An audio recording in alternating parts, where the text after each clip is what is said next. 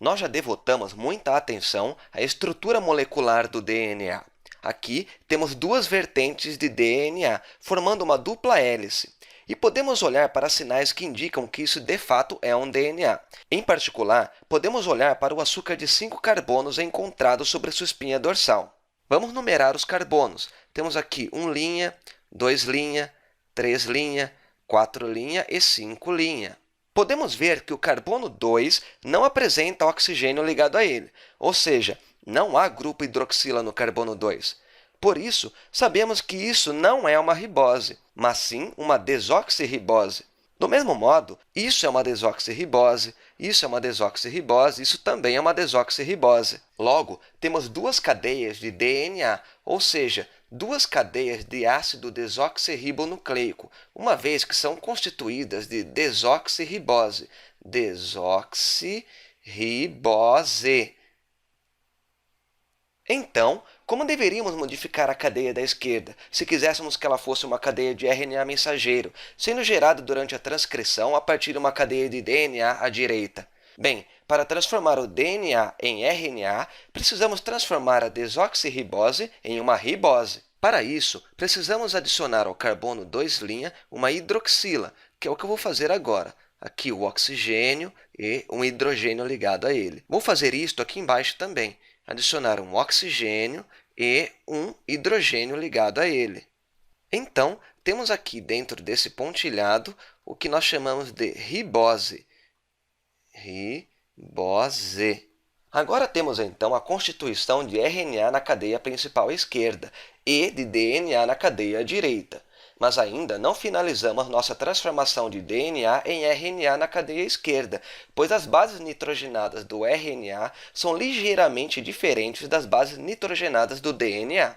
No DNA, as bases nitrogenadas são a adenina, a guanina, a citosina e a timina. Esta base, por exemplo, é uma citosina, ao passo que essa acima é uma timina. A citosina e a timina são anéis simples, chamados pirimidinas, ao passo que a adenina e a guanina são chamadas de purinas. Já no RNA, nós temos ainda a adenina, a guanina e a citosina, mas no lugar da timina há um composto muito similar, chamado uracila. Mesmo que no início do vídeo esta cadeia esquerda era de DNA, agora queremos que ela seja de RNA. Porém, isso que está dentro do circulado é uma timina, realizando ligações de hidrogênio com a adenina ao lado, ao passo que deveria ser uma uracila efetuando estas ligações. Para transformarmos essa timina em uracila, precisamos apenas nos livrarmos desse grupo metila aqui acima, substituindo-o por um hidrogênio. Então, temos aqui uma uracila.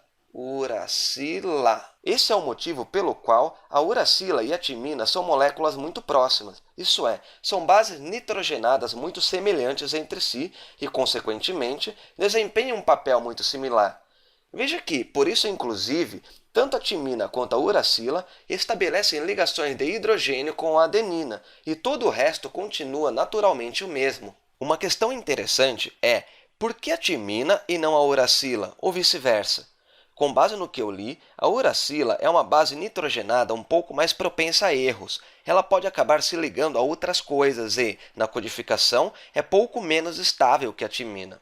Assim, a uracila torna a molécula de RNA e, consequentemente, o aparato de transferência de informação genética menos estável. Logo, temos aqui que a uracila é um composto menos estável. Menos estável. E, conforme algumas teorias, na história evolutiva as moléculas de RNA precederam as moléculas de DNA.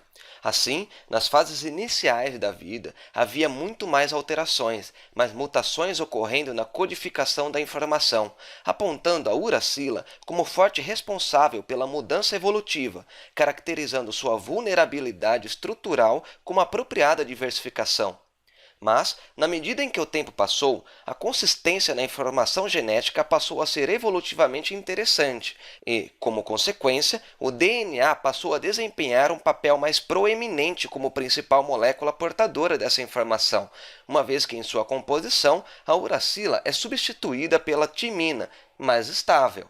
Sob outro ponto de vista, podemos pensar a instabilidade da uracila como funcional em detrimento dos papéis celulares que o RNA desempenha na célula. Isso porque o RNA é dinâmico, ele é móvel. O RNA mensageiro, por exemplo, tem de se desligar do DNA e dirigir-se aos ribossomos, assim como o RNA transportador tem de carregar aminoácidos até o ribossomo.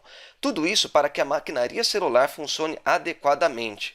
Se o RNA fosse estável como o DNA, haveria muita dificuldade de se desligar aos compostos com os quais interage, afetando sua mobilidade e, consequentemente, sua funcionalidade. Agora, voltando, o que temos dentro dessa linha pontilhada aqui que eu estou desenhando é um segmento de uma molécula de RNA.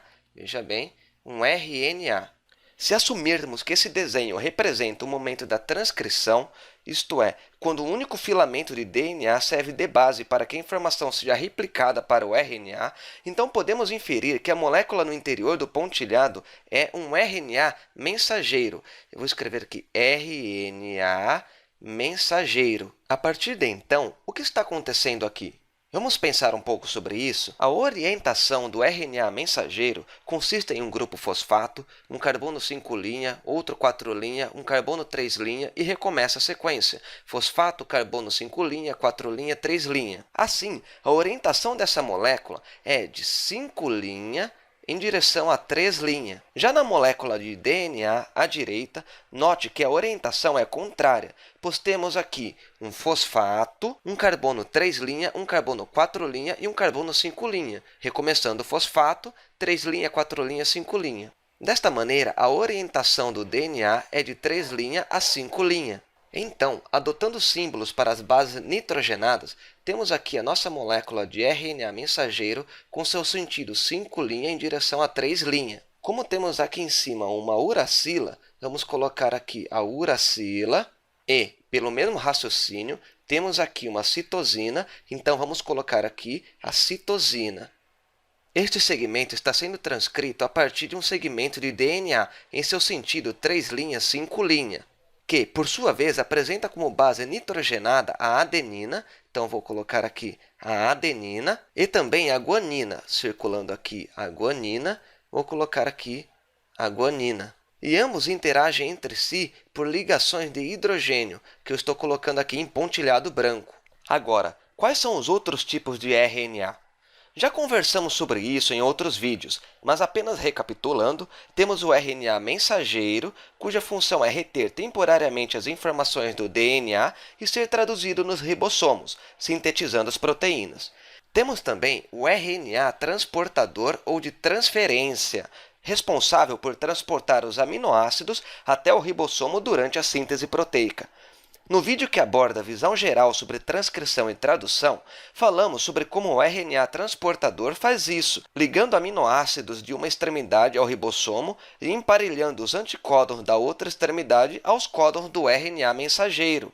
Esta imagem, por exemplo, aqui no canto inferior direito, representa uma molécula de RNA transportador. É importante notar que, embora seja comum considerarmos que o RNA é uma peça intermediária entre o DNA e a síntese proteica, o RNA por si contém especificidades, que vão além da transmissão de informações. Exemplo disso vemos aqui nesse RNA transportador, que possui uma configuração interessante, apresentando mais ou menos nessa região o aminoácido que irá se ligar ao ribossomo, ao passo que aqui embaixo podemos ver o anticódon que irá se ligar ao códon do RNA mensageiro. Desta maneira, diferentes moléculas de RNA transportador anexam diferentes aminoácidos, uma vez que têm diferentes anticódons em sua conformação. Portanto, esta é uma outra função do RNA. Por fim, há o RNA ribossômico, que desempenha função estrutural na constituição dos ribossomos e, portanto, é o local onde ocorre a tradução. E há também o microRNA,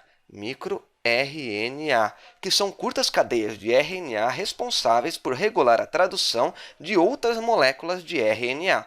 Deste modo, veja que o DNA recebe muita atenção, mas que o RNA é realmente muito importante. Essa importância é conferida pelo seu papel evolutivo e pelo seu papel funcional na célula.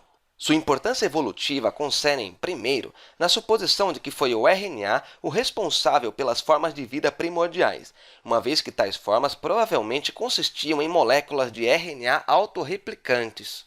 Segundo, pelo fato de que o RNA provavelmente foi um importante responsável pela diversidade genética inicial. E, terceiro, porque o RNA também foi o provável precursor do DNA.